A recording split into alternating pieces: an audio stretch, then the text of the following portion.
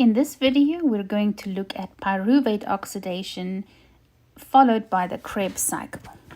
The Krebs cycle is also known as the citric acid cycle. So previously, we discussed how pyruvate is produced in the cytoplasm of a cell during the process of glycolysis. We're going to look next at what happens to the pyruvate molecule. Pyruvate molecules are small molecules. They are only 3 carbons big, but they're really still too big to cross sufficiently across the outer and the inner mitochondrial membranes into the matrix for the citric acid cycle to happen. So what needs to occur here is the pyruvate needs to be made a little bit smaller, and then it will easily cross that inner membrane and go into the matrix. It is going to be transformed into a 2-carbon big molecule called acetyl-CoA. Now this happens here in the intramembrane space between the outer and the inner mitochondrial membranes. And this step is known as pyruvate oxidation or the PrEP reaction, because it really is preparing a molecule of acetyl-CoA to enter. So we'll see here that we are going to need some NAD plus to come in.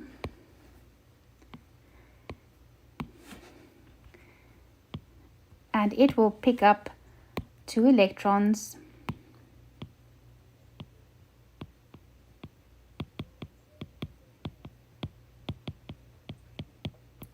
and be reduced to NADH.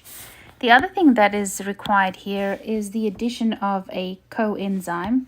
We're going to have coenzyme A come in here, and it is going to add on to that enzyme that is catalyzing this whole process here in the PrEP reaction.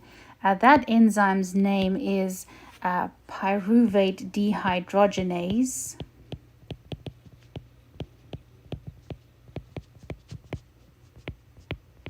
So it is going to help that reaction happen, and we'll see that 1 molecule of carbon dioxide is going to leave here. So there is the carbon that is leaving in the form of CO2, and of course now we end up with a smaller molecule, and acetyl-CoA molecule that can go into the citric acid cycle.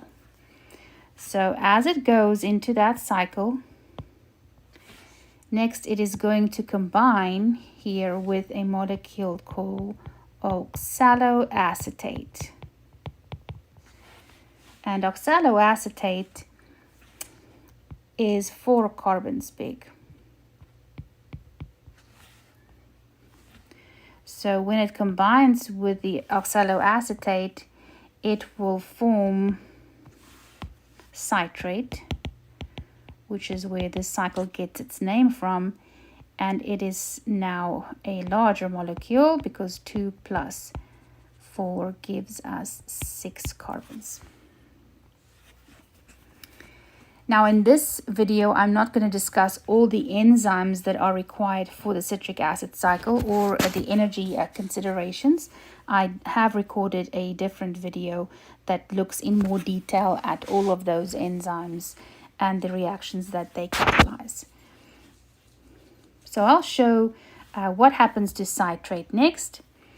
We do need to put here a molecule of water into this reaction here to make this possible, along with that enzyme that I said that will be there. So there we end up with our citrate, and next this citrate will be changed into a molecule of isocitrate.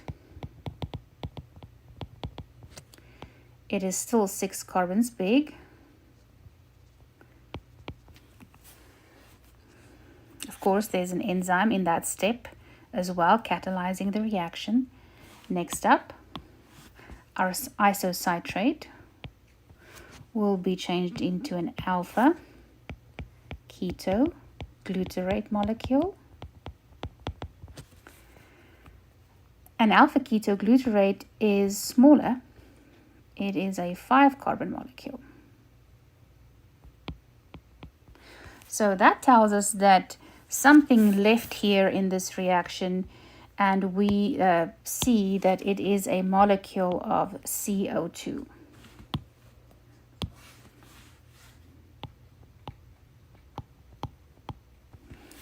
We do need some NAD plus also to come in here to pick up some electrons.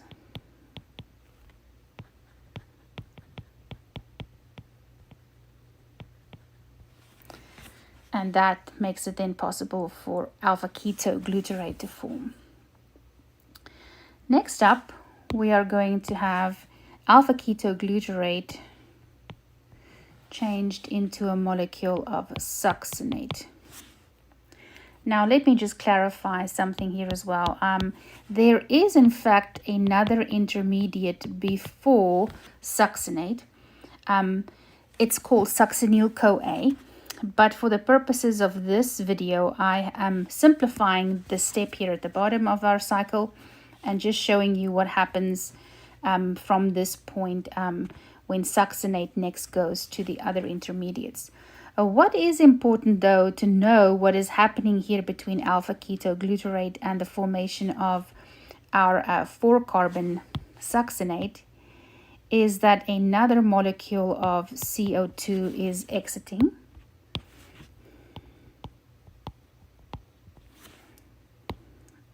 And again, we see that NAD plus comes in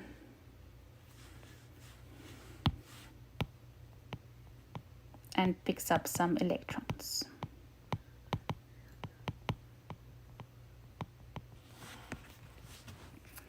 For the first time down here, we're going to have the production of ATP, and it is adenosine diphosphate, ADP, that will pick up a phosphate, and it does pick that phosphate up from guanosine triphosphate.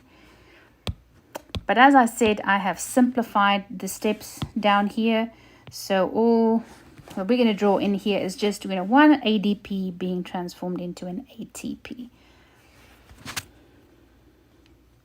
All right. From this point forward, we are going to see that the molecules will not become any smaller. They will all stay 4 carbons big. So moving from succinate next, we will form some fumarates, 4 carbon. And to make this possible, there is a molecule called FAD that comes in at this point, and it will also pick up some electrons and be reduced to FADH2. Next up, the fumarate will be changed into malate. This is still a 4-carbon molecule. And we do need the addition of a water molecule here to make this possible.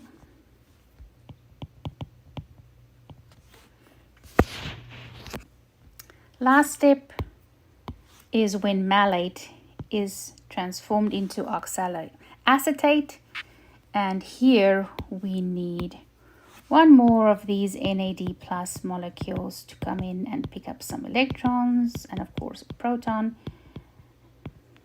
and be reduced.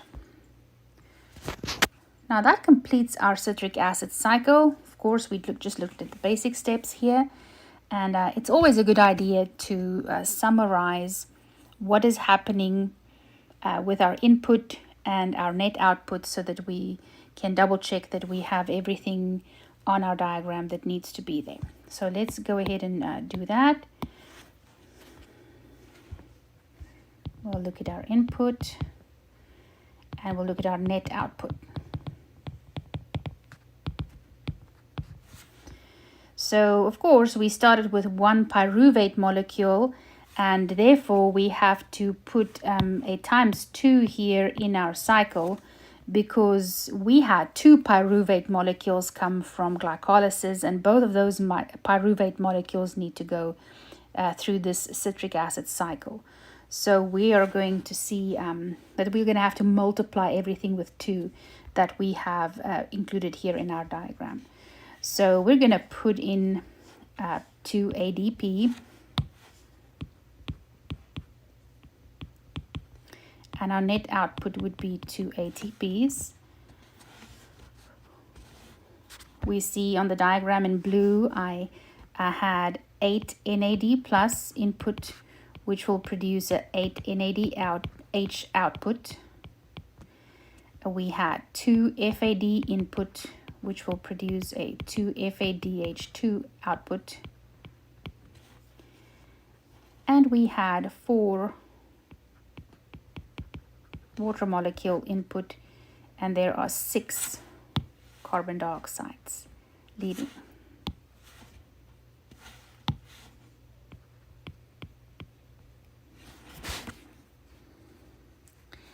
And that brings us to the end of our discussion about the pyruvate oxidation step and the Krebs cycle, or the citric acid cycle.